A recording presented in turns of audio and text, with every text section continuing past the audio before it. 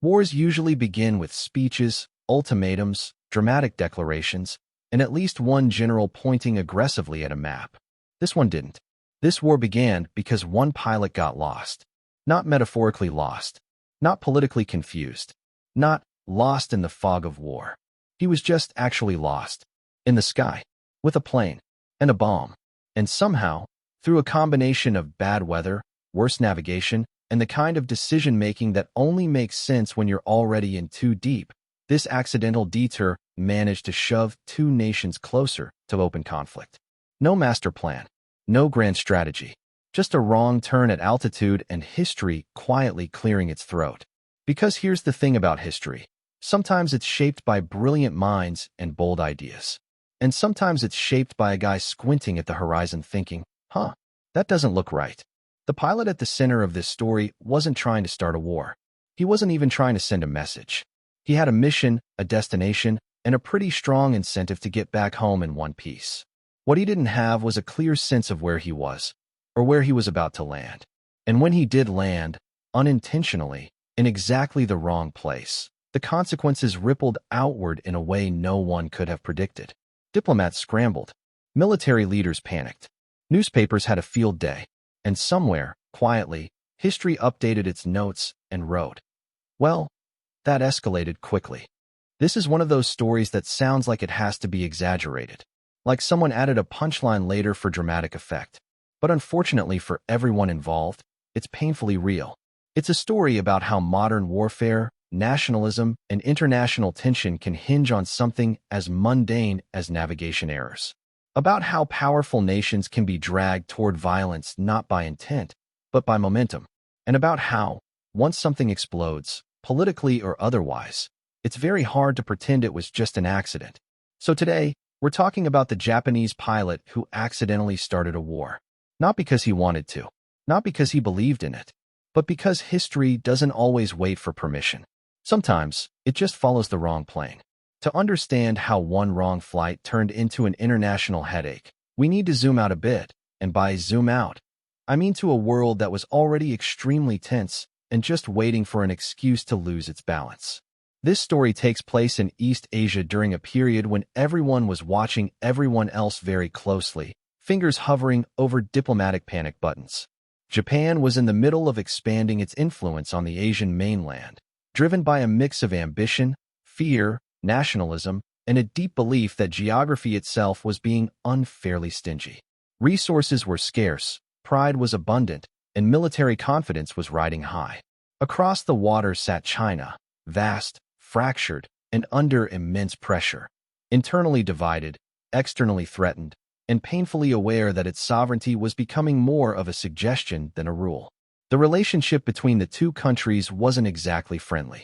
It was more like that tense silence at a family dinner where everyone smiles, but nobody puts the knives down. Skirmishes had already happened. Incidents had already been misunderstood. Apologies had already been issued with the enthusiasm of someone apologizing while checking their watch. In other words, the situation was fragile.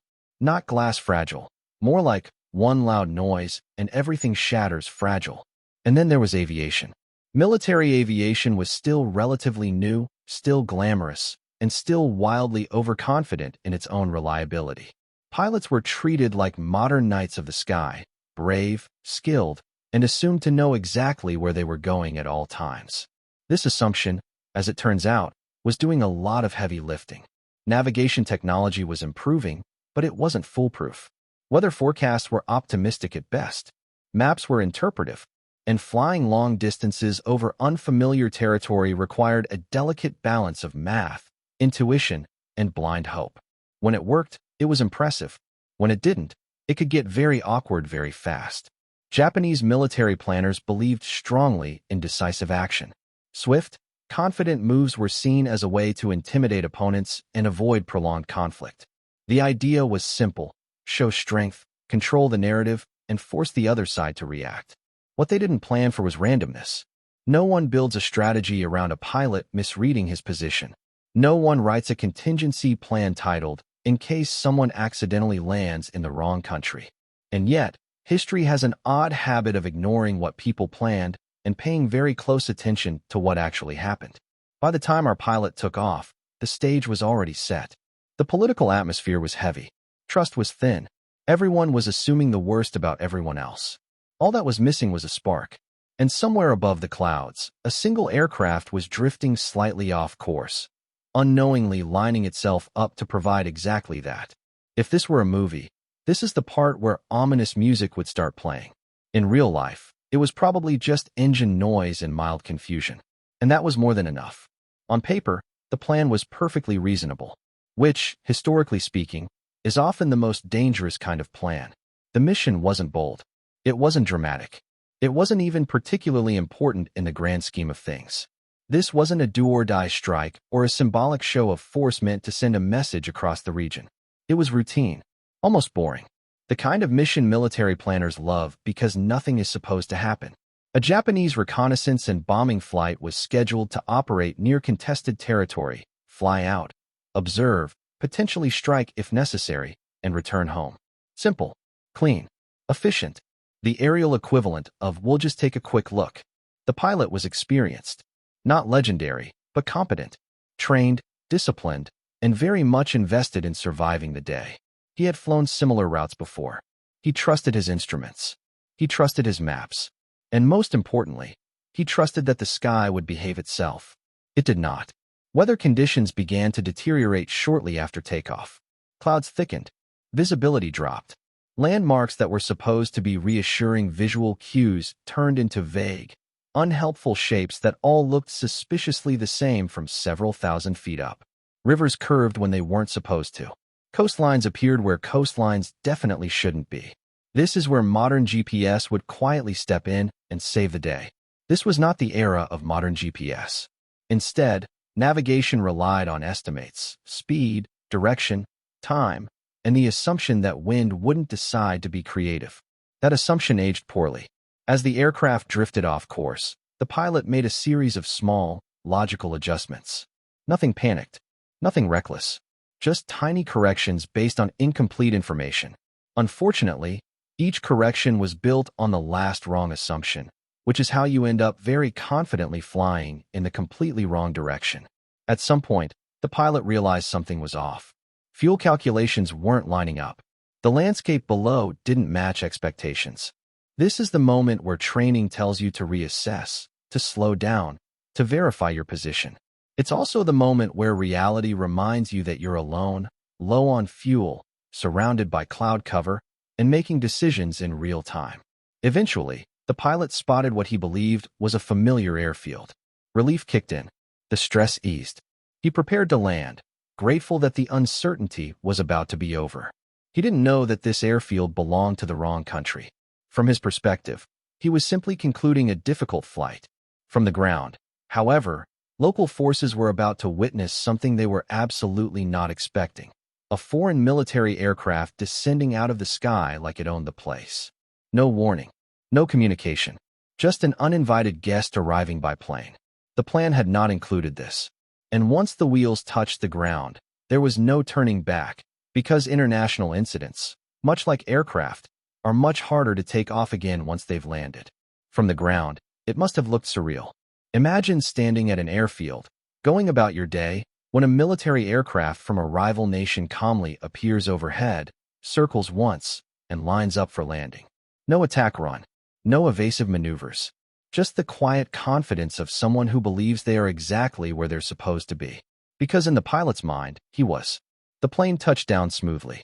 No chaos, no alarms, just the soft, unmistakable sound of wheels hitting a runway that absolutely did not belong to Japan. For a brief, almost comical moment, nobody moved. Then reality arrived. Local soldiers rushed into action, weapons raised, minds racing. This wasn't supposed to happen. A foreign military aircraft landing unannounced was not a small misunderstanding. It was a potential act of aggression, or espionage, or a test, or all three at once. And in a political climate this tense, benefit of the doubt was not a popular policy. The pilot, meanwhile, climbed out of the cockpit and was immediately confronted with a problem that is difficult to ignore. None of the people approaching him were speaking Japanese, and none of the insignia looked familiar. That's usually a clue. Confusion turned into alarm on both sides. shouted commands went unanswered. Gestures were misread. Every movement felt loaded with meaning, even though no one fully understood what was happening. The pilot tried to explain. The soldiers tried to interpret. Neither side had much luck. Eventually, the situation stabilized in the only way situations like this ever do, by escalating just enough to remove all ambiguity. The pilot was detained. The aircraft was secured. And suddenly, what had started as a navigational error was now officially an incident. News traveled fast. Faster than clarifications. Faster than apologies. Faster than anyone could sit down and say, "Okay, let's all calm down and figure out how this happened." In the capital, officials stared at reports in disbelief. A Japanese military aircraft had landed deep inside Chinese territory. Intentionally or not, it looked bad. Very bad. And in international politics, appearances tend to matter more than intentions. Japanese commanders insisted it was an accident, a mistake, an unfortunate combination of weather and navigation errors. Which was true, but it was also incredibly convenient. And in a world where trust was already scarce, convenience was suspicious. On the Chinese side, the incident confirmed long-held fears. If a plane could just show up like this, what else might follow? Today, a lost pilot. Tomorrow, something far less accidental. Diplomats exchanged tense messages. Military units were placed on alert. Newspapers sharpened their headlines. And all the while, the pilot sat in custody, likely replaying the flight over and over, wondering how a routine mission had turned into an international crisis. The error wasn't dramatic. No explosions. No cinematic dogfights. Just a landing. But sometimes, the quietest mistakes are the loudest ones history remembers. Once the plane was on the ground and the pilot was in custody, the situation entered its most dangerous phase, the part where everyone involved had time to think. And that's often when things get worse. Officially, this was still an incident. Unofficially, it was a test of nerves. China had a foreign military pilot and aircraft on its territory, and Japan had to decide how loudly to insist this was an accident without sounding like it was asking for forgiveness, or, worse, admitting weakness.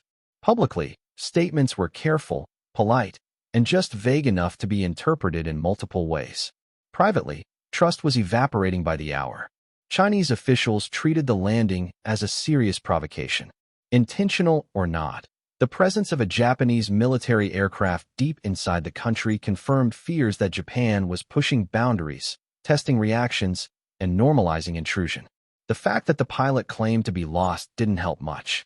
After all, "we didn't mean to" is not a particularly comforting explanation when someone shows up with a bomb. Japan, on the other hand, found itself in an impossible position. Apologize too much, and it looks like guilt. Push back too hard, and it looks like aggression. So officials leaned into a careful narrative: unfortunate accident, navigational error, regrettable misunderstanding. The kind of language designed to calm everyone down while convincing no one completely. Meanwhile, the press did what the press always does. Headlines grew sharper. Details grew fuzzier. Rumors filled the gaps. The story spread far beyond the airfield where it began, turning one confused landing into a symbol of everything that was already going wrong in the region. Military leaders on both sides began preparing for the possibility that diplomacy might fail. Forces were repositioned. Readiness levels quietly increased. No one wanted war, but no one wanted to be caught unprepared either. And here's the cruel irony. The pilot, whose mistake had triggered all of this, was almost irrelevant now. The machinery of politics and military planning had taken over. What mattered wasn't what he intended, but what his landing represented. Eventually, tensions hardened. The incident became a reference point, cited in arguments and justifications. A single wrong turn in the sky was now part of a larger narrative, one where restraint felt risky and decisive action felt inevitable. This wasn't the sole cause of war. History is rarely that simple, but it was a nudge, a push. One more weight added to a structure already under strain. And sometimes, that's all it takes. Because wars don't always start with explosions. Sometimes they start with embarrassment, suspicion, and a plane that landed where it absolutely shouldn't have. There's a comforting myth about history that says everything big happens for big reasons. That wars are the result of grand ideologies, carefully laid strategies, and leaders making bold, intentional choices. And then there's this story. A story where international tension escalated not because of a brilliant plan, but because someone trusted a map, underestimated the weather, and made a series of reasonable decisions based on bad information. Which, if we're being honest, is how most real-life mistakes actually happen. The Japanese pilot didn't wake up that day planning to alter the course of history. He was doing his job, following orders, trying to get home. And yet, his unintended landing became a political Rorschach test. Everyone saw in it exactly what they already feared. That's the uncomfortable lesson here. When tensions are high, accidents stop being accidents. They become symbols, proof, excuses, the story people tell themselves to justify what they were already prepared to do. It's also a reminder that modern warfare isn't just about firepower or strategy. It's about perception, about how actions are interpreted once they leave the realm of intention and enter the arena of politics. A lost plane becomes a violation. A mistake becomes a message. And maybe that's the most ironic part of all. For all our talk of control, planning, and precision, history often turns on moments of pure uncertainty. On people making the best choices they can with the information they have, and being very, very wrong. So the next time someone tells you that history is shaped only by great leaders and decisive moments, remember this pilot, drifting through clouds, squinting at the ground, hoping the runway below looked familiar enough. Because sometimes, the road to war doesn't begin with a declaration. It begins with, wait, where are we? Here's the final twist. Because history almost always saves the irony for last. The pilot survived the incident. He eventually returned home. There was no dramatic trial, no cinematic execution, no final monologue about fate and destiny.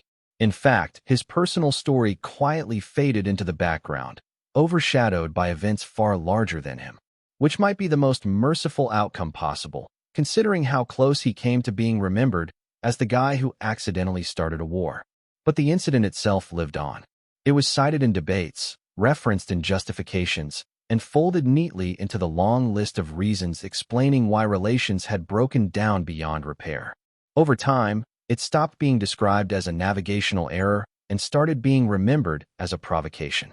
Not because new evidence emerged, but because narratives tend to harden when they're useful. That's another subtle lesson history likes to teach. Facts don't always age well. Stories do. What began as confusion in the cockpit became certainty in hindsight. The kind of certainty that makes complex events feel inevitable, even when they weren't. Even when, at one point, everything hinged on a single person trying to figure out which way was south. And that's why this story fits perfectly into the History Oops Hall of Fame.